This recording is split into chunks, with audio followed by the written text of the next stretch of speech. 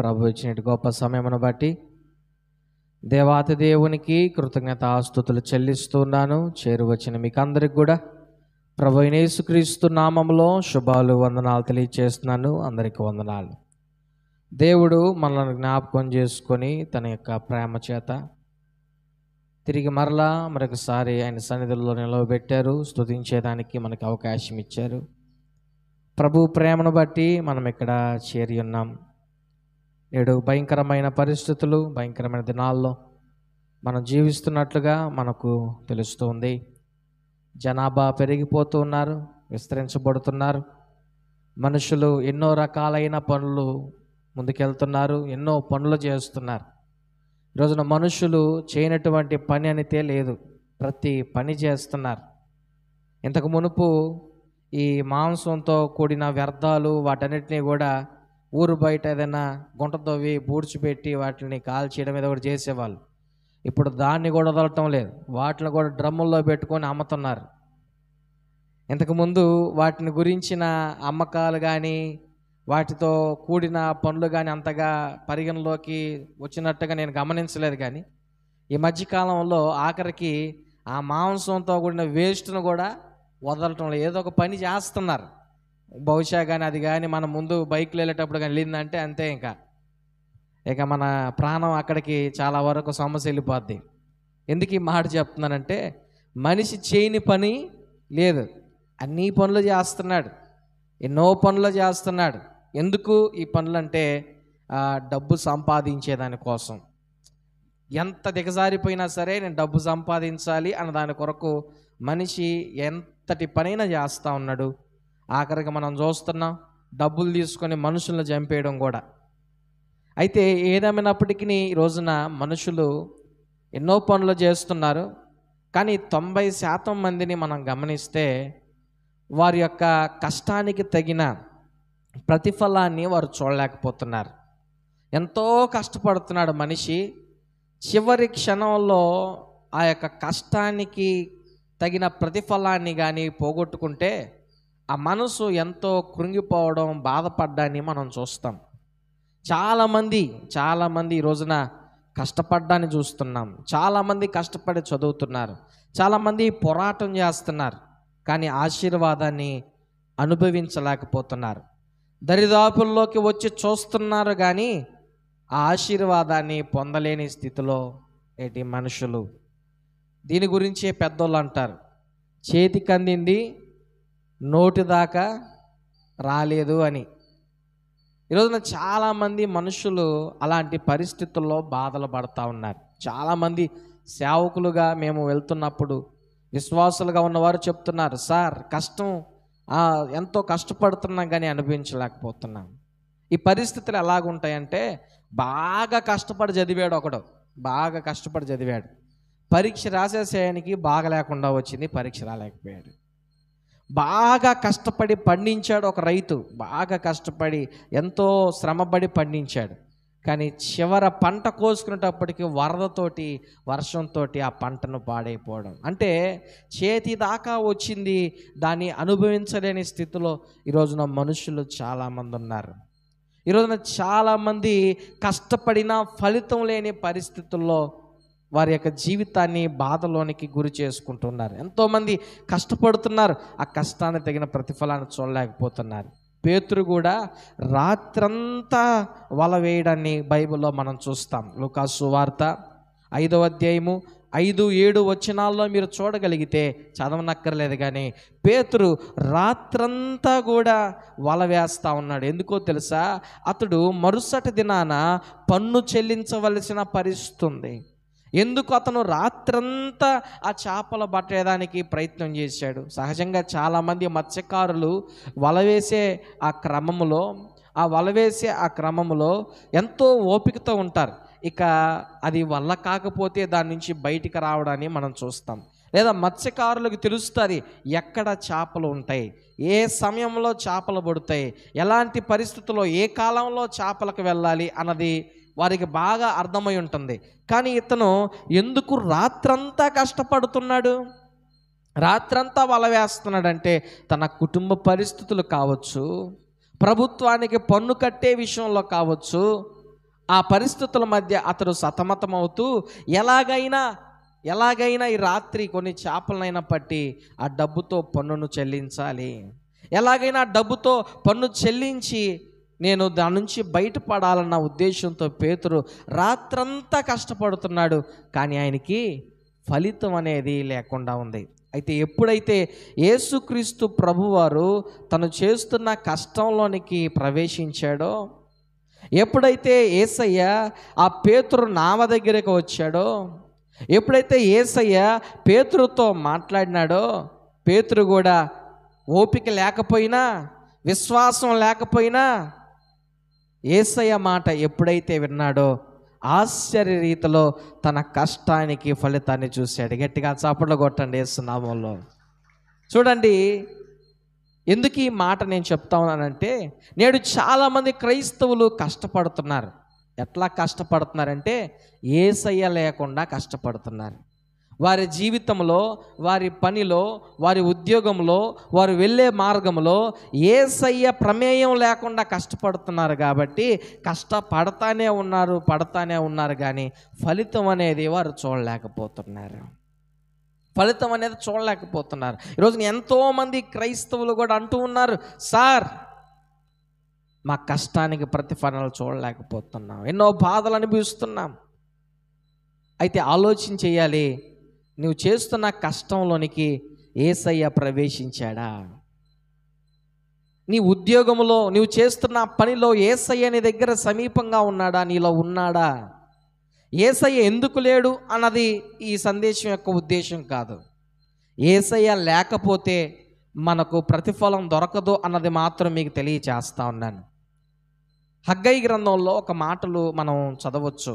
ఏమనంటే 1వ అధ్యాయము 6వ వచనంలో మీరు చూడగలిగితే, మీరు విస్తారముగా విత్తినను మీకు కొంచెమే పండెను, మీరు భోజనము చేయుచున్నను ఆకలి తీరకయున్నది, పానము చేయుచున్నను దాహము తీరకయున్నది, బట్టలు కప్పుకొనుచున్నను చలి ఆగకున్నది, పనివారు కష్టము చేసి జీతము సంపాదించుకునినను జీతము చినిగిపోయిన సంచిలో వేసినట్టు ఉన్నది. కాగా సైన్యములకు అధిపతి యెహోవా సెలవిచ్చినదేమనగా, మీ ప్రవర్తన గురించి ఆలోచించుకోండి. ఇక్కడున్న ప్రజలతో దేవుడు మాట్లాడుతున్నాడు ప్రవక్త ద్వారా. మీరు విస్తారముగా విత్తారు, కానీ కొంచెమే పండుతుంది. భోజనం చేయుచున్నా మీకు ఆకలి తీరటంలా, పానం చేయుచున్నా దాహం తీరట్లా, బట్టలు కప్పుకున్నా చలి ఆగట్లేదు, కష్టం చేసినా సంపాదించుకున్న జీతం చినిగిపోయిన సంచిలో వేసినట్టు అయిపోతుంది. ఎందుకు ఇలాంటి పరిస్థితి మీకు ఎదురవుతుంది? ఎందుకు ఇలాంటి పరిస్థితి ప్రజలకు కలుగుతూ ఉంది అని మనం వాక్య లేఖనాల్లోకి వెళ్తే 9వ వచనంలో మనం సమాధానం చూడొచ్చు. విస్తారముగా కావాలని మీరు ఎదురు చూచితిరి కానీ కొంచెముగా పండెను, మీరు దాన్ని ఇంటికి తేగా నేను దాన్ని చెదరగొట్టి తిని, ఎందుచేతనని యెహోవా అడుగుచున్నాడు, నా మందిరము పాడై ఉండగా మీరందరూ మీ ఇండ్లు కట్టుకొనుటకు త్వరపడుట చేతనే కదా. ఎంత స్పష్టంగా ఇక్కడ ఉందో తెలుసా? ఈ రోజున చాలామందికి కష్టపడుతున్నా తృప్తి కలగటం లేదు. ఫస్ట్ స్టేజ్ ఏంటంటే కష్టపడితే ఫలితాన్ని మనం చూడలేకపోతున్నాం, అదొక స్టేజ్. రెండో స్టేజ్ ఏందో తెలుసా? కష్టపడినా కూడా ఆ ఫలితం ద్వారా తృప్తి చెందలేకపోతున్నాం. కష్టపడినా కూడా ఆ ఫలితం వలన తృప్తి చెందలేకపోతున్నాం. ఎందుకు తృప్తి చెందలేకపోతున్నాం అంటే దేవుని పనులను వెనకబెట్టి మన పనులను ముందుకు తీసుకువెళ్తున్నామే. ఆ కారణం చేతనే మనం మన సంపాదన చేత తృప్తి పొందలేకపోతున్నాం. మన ఇల్లులేమో బాగుంటాయి, శుభ్రంగా పెట్టుకుంటాం, అన్నీ చేస్తాం. దేవుని మందిరాన్ని గురించిన మనకు ఆసక్తి ఏమాత్రం. దావీదు అంటాడు, నీ మందిరమును గురించిన ఆసక్తి నన్ను భక్షిస్తుంది అంటాడు. ఈ రోజున అలాంటి ఆసక్తి దేవుని పరిచర్య గురించి కావచ్చు, భక్తి జీవితాన్ని గురించి కావచ్చు, సంఘాన్ని గురించి కావచ్చు. సంఘం పాడైపోయింది. ఎలా పాడైపోయింది? విశ్వాసంలో పాడైపోయింది. సంఘం పాడైపోయింది. ఎలా పాడైపోయింది? భక్తి జీవితంలో పాడైపోయింది. సంఘం పాడైపోయింది. ఎలాగ పాడైపోయింది? ఐక్యత లేక పాడైపోయింది. సంఘం పాడైపోయింది. ఎలా పాడైపోయింది? 2 పడవల మధ్య నడుస్తూ పాడైపోయింది. సంఘం పాడైపోయింది. ఎలాగ పాడైపోయింది? అన్య ఆచారాలతో పాడైపోయింది. మీ సంఘాన్ని పాడు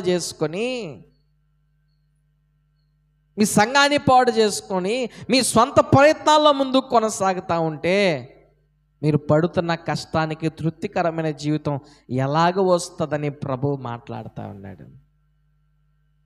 కయీనుతో కూడా ప్రభు అదే మాట్లాడాడు. ఏమని మాట్లాడాడు? ఆదికాండం 4వ అధ్యాయము 11, 12 వచనాలను మనం కానీ చూస్తే 12వ వచనంలో మనం చూస్తాం, నీవు నేలను సేద్ధపరిచినప్పుడు అది తన సారమును ఇక మీదట నీకియ్యదు. నీవు భూమి మీద దిగులు పడుచు దేశ దిమ్మరవై ఉందువని నేను దేవుడు అంటున్నాడు. నీవు నేలను సేద్ధపరిచినప్పుడు అది తన సారమును ఇక మీదట నీకు ఇయ్యదు. అంటే నువ్వు కష్టపడినా ఆ కష్టానికి తగిన ప్రతిఫలాన్ని అనుభవించేలా. ఇలాంటి స్థితి కయ్యూనికి రావడానికి మూలం ఏంటో తెలుసా? ఇతడు దేవునికి తన జీవితంలో ప్రాధాన్యత ఇవ్వకపోవడం, మనస్తత్వంలో లోపం. మనం చూస్తే అదే 4వ అధ్యాయంలో మనం చూస్తే 3, 4 వచనాల్లో మనం చూస్తే శ్రేష్టమైన బలి అర్పణలను దేవుని దగ్గరికి కయ్యూను తీసుకురాలేదు. అంటే తన మనస్తత్వం చెడిపోయింది. దేవునికి ప్రథమ స్థానాన్ని తన జీవితంలో ఇవ్వలేకపోతున్నాడు. దేవునికి తన యొక్క జీవితంలో మొదటి ప్రయారిటీ ఇవ్వలేకపోతున్నాడు. దేవునికి శ్రేష్టమైనవి ఇవ్వలేకపోతూ ఉన్నాడు. దేవునికి సరైన భక్తి జీవితంలో జీవించలేకపోతున్నాడు. ప్రార్థనలో లోపం ఉంది, భక్తి జీవితంలో లోపం ఉంది, విశ్వాసంలో లోపం ఉంది, సహవాసంలో లోపం ఉంది, మనస్తత్వంలో లోపం ఉంది. కాబట్టి కయ్యూను చేసే కష్టానికి ప్రతిఫలాన్ని పొందలేకపోతుంది. సరే, తన తమ్ముడిని చంపినందుకు దేవుడు ఆ శాపాన్ని ఇచ్చుండొచ్చు. కానీ నేనేమంటానో తెలుసా? అసలు మూలం ప్రారంభం ఏంటంటే, ఎందుకు అలాంటి స్థితికి కయ్యూను దిగజారిపోయాడంటే తను దేవునికి మొదటి స్థానము ఇవ్వలేకపోయిన కారణం. మొదటి ప్రయారిటీ, ఫస్ట్ ప్రయారిటీ దేవునికి తన జీవితంలో ఇవ్వలేకపోవడం. ఈరోజు నా క్రైస్తవుల పరిస్థితి కూడా అదే. పేరుకి దేవుడు దేవుడు దేవుడు అని సంబోధిస్తారు కానీ, దేవుడు అంటే మాకు ప్రాణం ఇష్టం అంటారు కానీ, వారి జీవితంలో మొదటి స్థానం దేవునికి కాదు కానీ అన్య ఆచారాలకు. వారి జీవితంలో మొదటి స్థానం దేవునికి కాదు కానీ ఈ లోకపరమైన అధికారులకు, మనుషులకు. ఎవరైతే ఘనంగా ఈ లోకాన్ని కనిపిస్తారో వారికి మొదటి ప్రయారిటీ ఈ రోజున క్రైస్తవుల్లో. దేవునికి కాదు. చెప్తారు దేవుడు ఇష్టం, దేవుడు గొప్పోడు, మంచోడు, ఆయన లేకపోతే మేము ఉంటామా, ఆయనే కదా అని చెప్పి ఎన్నో చెప్తారు. కానీ వారు మొదటి ప్రయారిటీ ఎవరికి ఇస్తారో తెలుసా? ఈ ఊరిలో ఎవరు ఘనంగా బాగా అధికారంగా ఉంటారో తెలుసా? వారికి ప్రయారిటీ ఇస్తారు. వారికే ఇచ్చేది ముందు విలువ. యేసయ్య వారి జీవితంలో ఒక రాకపోయిన దాన్ని పడుచుకోరు. ఆయన బాగా ఉబ్బించాల. ఎవరిని? ఊరిలో ఉండే పెద్ద మనిషిని. ఎవరిని? ఊరిలో ఉండే పెద్ద మనిషిని బాగా ఉబ్బిస్తే అప్పుడు ఆయన ద్వారా ఈయనేదో పొందుకునేదానికి, ఆయన ద్వారా ఈయనేదో లాభం అనుభవించేదానికోసం ఈయన స్వార్థంతో మొదటి స్థానాన్ని వారికి ఇస్తారు. కానీ ఏం చెప్తాడు? దేవుడు లేకపోతే నేను లేనయ్యా అంటాడు. చెప్పావు, కానీ ప్రాధాన్యత ఇచ్చావా దేవునికి? శ్రేష్టమైన బలి అర్పణను కయ్యూను ఇవ్వలేకపోయాడు. అంటే తన మనస్తత్వం ఎలా ఉందో చూడండి, తన హృదయం ఎలాగుందో చూడండి. అందుకే దేవుడు చెప్పేశాడు తన పరిస్థితి, తన హృదయాన్ని, తన ఆలోచనలు బట్టి, ఇదిగో నేలను నీవు శాతపరిచినప్పుడు అది తన సారం నీకు మీదట నీకు ఇయ్యదు. అందుకే హగ్గాయి గ్రంథంలో మనం చదివాం, విస్తారముగా విత్తినా కొంచెమే పండుతుంది. మీరు భోజనము చేయుచున్నా ఆకలి తీరటం లేదు, మీరు పానము చేయుచున్నా దాహం తీరటం లేదు, బట్టలు కప్పుకున్నా చలి ఆగట్లేదు, పనివారు కష్టము చేసి జీతము సంపాదించుకున్నా ఆ జీతం చినిగిన సంచిలో వేసినట్లుగా అయిపోతుంది. 9వ వచనంలో అంటాడు దేవుడు, విస్తారముగా కావాలని మీరు ఎదురు చూచితిరి కానీ కొంచెమే పండింది. నువ్వు పడిన కష్టానికి ప్రతిఫలం అనుభవించడం తప్పు కాదు. నువ్వు పడిన కష్టానికి ప్రతిఫలం కావాలనుకుంటారు, ఎవరైనా కావాలనుకుంటారు. కానీ దేవుని పనులను ప్రక్కన పెట్టి నీ భక్తి జీవితాన్ని ప్రక్కన పెట్టి, నీ ఆత్మీయ జీవితాన్ని ప్రక్కన పెట్టి, నీ సంఘాన్ని, దేవుని పనులు ప్రక్కన పెట్టి నువ్వు పోరాడుతున్నా, పాకులాడుతున్నా, కష్టపడుతున్నా, తృప్తి పొందలేకపోతున్నావు, పొందలేవు అన్న విషయాన్ని ఈ దినమున ప్రభువు నీతో మాట్లాడుతూ ఉన్నాడు. మొదటి మాటను మీకు తెలియచేశాను. అసలు కష్టాన్ని ఎందుకు చూడలేకపోతున్నామంటే, కష్టం యొక్క ఫలితాన్ని ఎందుకు చూడలేకపోతున్నామంటే యేసయ్య మన జీవితంలోనికి రాని కారణాన. రెండోది, కష్టానికి ఫలితం వస్తున్నా ఎందుకు తృప్తి చెందలేకపోతున్నావు అంటే, చెప్పండి, ఎందుకు తృప్తి చెందలేకపోతున్నావు? దేవుని ప్రక్కన పెట్టి, దేవునికి మొదటి స్థానం మన జీవితంలో ఇవ్వకుండా, మొదటి ప్రయారిటీ ఇవ్వకుండా, మన ఆశల విషయంలో, మన కోరికల విషయంలో ప్రాకులాడుతూ ప్రయాణం చేస్తున్నామే. ఆ కారణమే నీవు కష్టపడిన కొంచెముగానే తృప్తి లేని జీవితంలో ముందుకు వెళ్ళేదానికి కారణమవుతా ఉంది. మూడో విషయాన్ని మనం గమనించినట్లయితే, ఎందుకు మనము దేవుని సన్నిధిలో ఆ ఆశీర్వాదాన్ని చూచి కూడా దాన్ని అనుభవించలేకపోతున్నాం అంటే, దగ్గరకు వచ్చేసాం, చేతి దాకా వచ్చేసింది, నోటికి అందకుండా పోయింది. ఎందుకు ఇలాంటి పరిస్థితి మనకు ఏర్పడింది అంటే మనం చూద్దాం. పరిశుద్ధ గ్రంథంలో మనం చూస్తే, నా ప్రియమైన సహోదరి సహోదరులారా, ద్వితీయోపదేశకాండం 28వ అధ్యాయము 30 వచనములో మనం చూస్తే అక్కడున్న మాటలు, నీవు ఇల్లు కట్టుదువు కానీ దానిలో నివసింపవు, ద్రాక్ష తోట నాటుదువు కానీ దాని పండ్లు తినవు, నీ యొద్ద నీ కనుల ఎదుట వధింపబడును కానీ నీ కనుల ఎదుట వధింపబడును కానీ దాని మాంసమును తినవు, నీ గాడిద నీ ఎదుటి నుండి బలాత్కారము చేత కొనిపోబడి నీ యొద్దకు మరలా తేయబడును, నీ గొర్రె మేకలు నీ శత్రువులకు ఇవ్వబడును, నేను రక్షించువాడెవడునూ ఉండడు. ఈ మాటలు మనం చూస్తున్నాం కదా. ప్రదానం చేసుకున్న స్త్రీని వేరొకరు వివాహం చేసుకుంటారంట, ఇల్లు కడుతారు కానీ దాంట్లో నివసించలేరంట, ద్రాక్ష తోటలు నాటుతారు కానీ దాని పండ్లు తినలేరంట, ఎద్దు ద్వారా వారు సంతోషం అనుభవించలేరంట, వారి గాడిద పోగొట్టుకున్నప్పుడు అది మరలా తిరిగి రాదంట, వారి శత్రువులకి ఇవ్వబడుతుందంట, వారిని రక్షించేవారు ఎవరో కూడా ఉండరంట. ఈ మాటలు ఎందుకొరకై రాయబడ్డాయి, ఎవరి కోసం రాయబడ్డాయి, ఎందుకు అసలు ఈ మాటలు చెప్పబడుతున్నాయంటే, ఈ 28వ అధ్యాయంలో ఇశ్రాయేలీయులతోటి మోషే చివరి సందేశాన్ని ఇస్తున్నాడు. ఇది ఏం సందేశం అంటే, కనాను దేశానికి వెళ్ళకముందు ఇజ్రాయేల్ ప్రజలందరినీ పెట్టి వారితో ఈ ప్రభువు ఏం మాట్లాడుతున్నాడంటే, ఆ 28వ అధ్యాయము 1వ వచనం 14వ వచనం వరకు ఏమని వ్రాయబడతాయంటే, దేవుని ఆజ్ఞలు పాటిస్తే ఆశీర్వాదాలు వస్తాయి అని మాట్లాడాడు. అయితే 15వ వచనం నుంచి 68వ వచనం వరకు ఆయన ఏం మాట్లాడాడంటే, దేవుని ఆజ్ఞలు లెక్క చేయకపోతే శాపాలు కలుగుతాయి అని మాట్లాడాడు. అంటే ఇప్పుడు మనం చదివిన మాటలు ఏంటంటే, దేవుని మాటను లెక్క చేయకపోతే కలిగే శాపం. ఏంటి శాపం?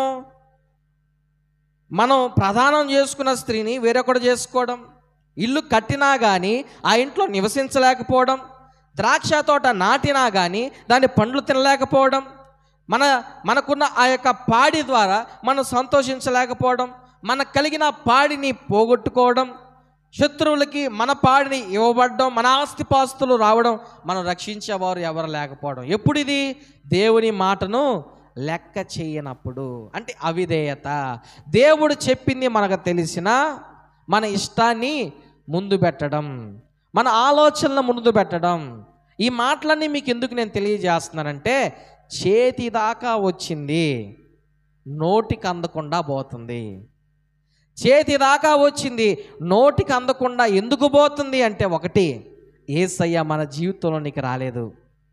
రెండోది, యేసయ్య మన జీవితంలోనికి వచ్చిన మొదటి ప్రయారిటీ ఆయనకి మనం ఇవ్వటం లేదు. మూడవదిగా, యేసయ్య మన జీవితంలోకి వచ్చిన ఆయన మాటను మనం లెక్క చేయటం లేదు. అందుకే ఈ రోజున క్రైస్తవులు కష్టపడుతున్నారు, ఫలితం పొందలేకపోతున్నారు, కష్టపడుతున్నారు, తృప్తి చెందలేకపోతున్నారు, కష్టపడుతున్నారు, కన్నుల ఎదుట కనిపిస్తున్నా కూడా పోగొట్టుకుంటున్నారు. వినండి, బాగా వినండి, ఆలకించండి. దైవ సేవకుడైన మోషే పరిస్థితి ఎలాగైపోయిందో తెలుసా? ఆయన గురించి ఇలాగున్నాయి మాటలు. ద్వితీయోపదేశకాండం 34వ అధ్యాయము 4వ వచనంలో ఏముంటాయో తెలుసా? యెహోవా అతనితో ఇట్లా అన్నాడు, ఈ దేశమును నేను అబ్రహామును, ఇస్సాకు, యాకోబులకు ప్రమాణము చేసి నీ సంతానముకి ఇచ్చేదనని చెప్పితిని. నీ కంటికి నేను దాన్ని చూపించితిని, కానీ నీవు దానిలో ప్రవేశించలేవు. చూడండి, ఎన్నో సంవత్సరాలు నడిచారు ఆ కనాను దేశానికి వెళ్ళాలని. ఇప్పుడు సాక్షాత్తు ఆ దేశం కళ్ళ ముందే ఉంది, కానీ మోషే ఆ దేశంలోకి వెళ్ళలేడు. ఎందుకో తెలుసా? ఎందుకు వెళ్ళలేడో తెలుసా? సంఖ్యాకాండం 20వ అధ్యాయము 11, 12 వచనాలు చూస్తే దేవుడు ఆ రాయితో మాట్లాడమంటే మోషే ఆగ్రహంతో రాయిని కొట్టగా ఫలితం దేవుడు అన్నాడు, నీవు నన్ను ప్రజల ముందు సన్మానించలేదు, అందుచేత మీరు ఈ సమూహాన్ని ఆ దేశంలోనికి నడిపిస్తారు కానీ మీరు దాంట్లో ప్రవేశించలేరు అని. వినండి, మాటలు ఆలకించండి. ఎందుకు ఈ మాట చదివించానో తెలుసా? దేవుడు మన జీవితంలో రాకపోవడం ఒకటి, దేవుడు వచ్చిన ఆయనకు మొదటి ప్రయారిటీ ఇవ్వకపోవడం ఒకటి, దేవుడు మన జీవితంలోకి వచ్చిన ఆయన మాట లెక్క చేయకపోవడం మరొకటి. ఇలాంటి పరిస్థితులు క్రైస్తవుని ఎలాంటి స్థితిలోకి తీసుకువెళ్తున్నాయి తెలుసా? ఫలితం లేకుండా, ఫలితం ఉన్నా తృప్తి లేకుండా, కన్నుల ముందు ఉన్నా పొందలేకుండా. ఈరోజున ఎంతోమంది క్రైస్తవులు బాధపడుతున్నారు. బాధపడి ప్రయోజనం ఏముంది? యేసయ్య నీ జీవితంలోనికి వచ్చిన ఆయన మాటను వినలేకపోతున్నావు. రాత్రంతా కష్టపడ్డాడు పేతురు, అవునా? రాత్రంతా కష్టపడ్డాడు, వల వేశాడు. ఒక మనిషి తీరిక లేకుండా కష్టపడుతున్నాడంటే, శరీరం బాగలేకపోయినా కష్టపడుతున్నాడంటే, ఒళ్ళు అలిసిపోయినా కష్టపడుతున్నాడంటే దాని వెనుక ఎంతో గొప్ప బాధ దాగి ఉందని మనం అర్థం చేసుకోవాలి. అలాగా పేతురు రాత్రంతా కష్టపడ్డాడు, కానీ ఫలితం లేదు. అయితే యేసయ్య తన జీవితంలోకి వస్తే ఆ యేసయ్య మాటకు విలువ ఇచ్చాడు పేతురు. గట్టిగా చప్పట్లు కొట్టండి యేసు నామములో. యేసయ్య ఆ మాటకు, పేతురు యేసయ్య మాటకు విలువ ఇచ్చాడు. ఇచ్చి నీ కోసం మరోసారి వేస్తా అన్నాడు. హల్లెలూయా. ఎవరి కోసం? ఈ లోకంలో ఉన్న పెద్దల కోసం కాదు, అధికారుల కోసం కాదు, వారికి ఇష్టమైన మనుషుల కోసం కాదు. పేతురు అంటాడు, నీ కోసం మరోసారి వలేస్తా. ఈరోజున దేవుని కోసం నీ జీవితాన్ని ముందుకు తీసుకువెళ్ళగలిగితే చెప్తున్నాను, పేతురు వల పిగిలిపోయింది, పట్టజాలనంత ఆశీర్వాదం పేతురు జీవితంలోకి వచ్చింది. అలాంటి ఆశీర్వాదం నీలో, నీ కుటుంబంలో చూస్తావు. గట్టిగా చప్పట్లు కొట్టేస్తున్నామో. అలాంటి దీవెన, అలాంటి తృప్తికరమైన మేలు, అలాంటి మేలైన ఆశీర్వాదం నీ కుటుంబంలో నువ్వు చూస్తావు, చూడగలుగుతావు. ఎప్పుడంటే యేసయ్య నీ జీవితంలోకి రావాలి. వచ్చిన యేసయ్య మాటను నువ్వు విలువియ్యాలి, విధేయత చూపించాలి. అవిధేయత కాదు. నువ్వు దైవ సేవకుడు అయి ఉండొచ్చు, పాస్టర్ అయి ఉండొచ్చు, సంఘ పెద్ద అయి ఉండొచ్చు, విశ్వాసం అయి ఉండొచ్చు. నువ్వు ఎవరైనా సరే యేసయ్యకు విధేయత చూపించాలి. నువ్వెవరైనా సరే దేవునికి మొదట ప్రయారిటీ ఇవ్వాలి. నువ్వెవరైనా సరే నీ జీవితంలోకి యేసయ్యను ఆహ్వానించాలి. లేదా ఆయన వస్తే ఆయనకి నువ్వు గౌరవం ఇవ్వాలి. లేదా నీ జీవితంలో కష్టపడుతున్నావు కానీ ఫలితాన్ని పొందలేవు, కష్టపడుతున్నావు కానీ తృప్తి చెందలేవు, కన్నుల ముందు ఆ దీవెన నీకు కనిపిస్తున్న ఆ దీవెనను అనుభవించలేవు. మోషే కన్నులు ఎదుట చూస్తున్నాడు కనాను దేశాన్ని, కానీ దాంట్లోకి వెళ్ళలేని పరిస్థితి. దేవుడు అతనికి అనుమతించలేదు. కారణం ఒకటే, దేవుడు చెప్పింది మోషే చేయలేదు. నీకెన్నో కోపతాపాలు ఉండొచ్చు, ఎన్నో బాధలు ఉండొచ్చు, ఎన్నో కష్టాలు ఉండొచ్చు. అలాగని దేవుని మీద కోపగించుకుంటే ఏం ప్రయోజనం? దేవుని మాటను లెక్క చేయకపోతే నీకే కదా నష్టం. ఇజ్రాయేల్ ప్రజల ద్వారా మోషే ఎంతో బాధపడ్డాడు, వాస్తవం అది. వాళ్ళు ఎంతో మనసుకు బాధ కలిగించారు, చచ్చిపోవాలనుకున్నట్లుగా చేసి అంత బాధ పెట్టారు. కానీ దేవుని మాట, వీళ్ళని బట్టి దేవుని మాటను లెక్క చేయకపోతే అది అవిధేయతే కదా. అది విధేయత అయితే కాదు కదా. నీ హృదయంలో ఉన్న ఆలోచనలు బట్టి నువ్వు ముందుకు వెళ్తున్నావు, కానీ దేవుని మాటను లెక్క చేయటం లేదన్న విషయాన్ని ఈ ఉదయకాల సమయంలో ప్రభు నీతో మాట్లాడుతున్నాడు. ఈరోజు నీ జీవితాన్ని ఆలోచన చేయి, నీ కుటుంబాన్ని ఒక్కసారి ఆలోచన చేయి. నీ పరిస్థితులను ఒక్కసారి ఆలోచన చేయి. ఎందుకు నీ కష్టాన్ని అనుభవించలేకపోతున్నావో ప్రభు చాలా స్పష్టంగా మాట్లాడుతున్నాడు. ఈ రోజున క్రైస్తవులుగా ఉన్నవారు ఎందుకు ఫలాన్ని పొందలేకపోతున్నారంటే యేసయ్య వారి జీవితంలో రాకపోవడం, యేసయ్యకి విలువ మొదటి ప్రయారిటీ ఇవ్వకపోవడం, అవిధేయత చూపించడం. ఈ రోజున చాలామంది చేసే పని అదే. ఈ రోజున చాలామంది చేసే పొరపాట్లవే. అయితే ఈ ఉదయకాల సమయంలో ప్రభు మీతో మాట్లాడుతున్నాడు. మీరు ఇంకా అత్యధికమైన మేళ్ళు పొందాలంటే సామెతలో ఒక మాట ఉంది చూడండి, 3వ అధ్యాయము 9వ వచనం 10వ వచనంలో మీరు చూడండి. సామెతలు 3వ అధ్యాయము 9, 10వ వచనము. 9వ వచనం చదువుతున్నాను. నీ రాబడి అంతటిలో ప్రథమ ఫలమును నీ ఆస్తిలో భాగమునిచ్చి యెహోవాను ఘనపరచుము. అప్పుడు నీ కొట్లలో ధాన్యము సమృద్ధిగా నుండును, నీ గానుగుల్లో నుండి క్రొత్త ద్రాక్షరసము పైకి పొర్లి పారును. హల్లెలూయా. నీవు సంపాదించిన సంపాదనలో దేవుని సన్నిధికి స్వాస్థ్యంగా నువ్వు ఇవ్వగలిగితే అట్టి ఆశీర్వాదాన్ని నువ్వు పొందుకుంటావు. మీరు అనుకోవచ్చు, దేవుడు ధనాన్ని తీసుకోడు కదా, దేవుడు ఏం చేసుకుంటాడు అని. దేవుడి కోసం ఈ క్రమాన్ని ఆయన చేయలేదు.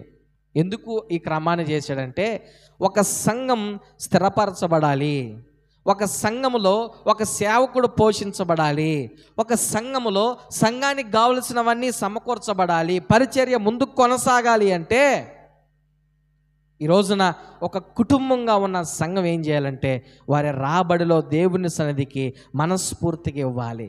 ధర్మశాస్త్ర కాలంలో 10% పెట్టాడు దేవుడు. ధర్మశాస్త్ర కాలంలో 10% పెట్టాడు. క్రొత్త నిబంధనలోకి వచ్చేసరికి దేవుడు ఏం చేశాడు తెలుసా?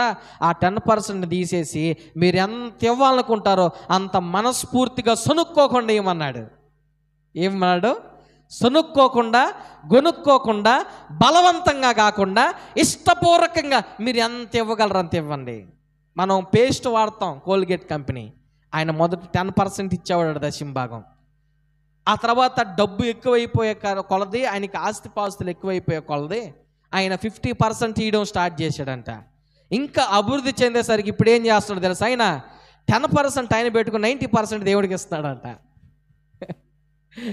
ఎలాగైపోయింది? మామూలుగా 10% దేవుడికి ఇస్తాం, చివరికి నీ స్థితి ఎలాగైపోయిందంటే నేను ఏం చేసుకున్నది ఇంత అని చెప్పి 90% దేవునికి ఇచ్చేసి 10% ఆయన పెట్టుకుంటున్నాడంట. అయితే ఈ మాటలు నేను మీరు ఏదో ఇవ్వాలా చెయ్యాలా అనేది నా ఉద్దేశం కాదు. నేను చేస్తున్నాను, నేను తృప్తి పొందుతున్నాను. నిజానికి చెప్పమంటారా, మీకు వచ్చేంత జీతాలు నాకు రావు. మీరు సంపాదిస్తుంటారే, మీరు సంపాదించే అంత జీతాలు నాకు రావు. నేను ఒక్కడనే పరిచర్య చేస్తాను, నాకు వచ్చిన ఆ కానుకల ద్వారా నా కుటుంబం పోషించబడుతుంది. నాకు దేవుడిచ్చిన భార్య, ఆమె దేవుని పరిచర్యలు నాతో సహకరిస్తుంది, ఆమెకు వేరే ఉద్యోగం ఏమీ లేదు. అయినప్పటికీ దేవుడు నన్ను, నా భార్యను, నా తండ్రిని తృప్తికరంగా పోషిస్తున్నాడు. హల్లెలూయా. ఎందుకో తెలుసా? మీరిచ్చే ప్రతి రూపాయి నేను దేవుని సన్నిధిలో ప్రక్కన పెడతాను. ప్రతి రూపాయి నిజంగా దేవుని సన్నిధిలో నిలవబడి మాట చెప్తున్నాను. ప్రతి రూపాయి ఖచ్చితంగా నాకు వచ్చిన ప్రతి కానుకను దాని దశంభాగంగా తీసి పక్కన పెట్టి నేను దాన్ని ఉపయోగించుకున్నాను. ఒకవేళ ఏదైనా ఒత్తిడిలో, పనుల్లో, ప్రయాణాల్లో ముందు పడి తీయలేకపోయినా ఖచ్చితంగా తర్వాత ఇంటికి వచ్చినా కూడా ఆ డబ్బును ప్రక్కన పెట్టి నేను మిగతా నిజంగా చెప్తున్నాను, నాకు వచ్చే చాలా తక్కువ డబ్బులో ప్రభు నన్ను చాలా తృప్తికరంగా పోషిస్తున్నాడు. హల్లెలూయా. చాలా సమృద్ధిగా పోషిస్తున్నాడు. నిజానికి చెప్తాను, మీరు నా కొరకు ప్రార్థన చేయండి, త్వరలో నా జీవితంలో మీరు గొప్ప ఆశీర్వాదాన్ని కూడా చూస్తారు. హల్లెలూయా. నాకు వచ్చేది చాలా తక్కువే, కానీ ప్రభు నన్ను దీవిస్తున్నాడు. ఆ కొంచెంలో దేవుడు దీవిస్తున్నాడు. ఎందుకో తెలుసా? యేసయ్య నా జీవితంలోకి వచ్చాడు. యేసయ్య నా జీవితంలో ఆయనకు మొదటి ప్రయారిటీ ఉంది. యేసయ్య మాటకు నేను విధేయత చూపిస్తూ ఉన్నాను. ఒకవేళ శరీర బలహీనతలను బట్టి, కోపతాపాలను బట్టి దేవుని మాటల విషయంలో కొన్ని తడబడుతుండొచ్చు, కానీ తరువాత క్షణంలో మరలా రియలైజ్ అయ్యే కృప ప్రభు మనకి ఇస్తున్నాడు. నిజం చెప్తున్నానండి, మనుషులుగా మనం బలహీనలము, కొన్ని విషయాలు తడబడుతూ ఉంటాం, కానీ చాలా త్వరగా ప్రభు పాదాల చెంత మనం క్షమాపణ పొందుకోవడమో లేదా దాన్ని సరిదిద్దుకోవడమో చేయగలిగితే ప్రభు మన జీవితాన్ని ఆశీర్వదించక ఇంకేం చేస్తాడు? ఎందుకంటే ఆయన మన జీవితంలోకి వచ్చాడు, ఆయన మాటకు మనం విలువిస్తున్నాం.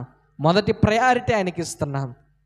ప్రత్యేకించి చెప్పాలంటే దేవుడు మనకిచ్చిన దాంట్లో ఆయన పరిచర్యకు ఉపయోగిస్తున్నాం.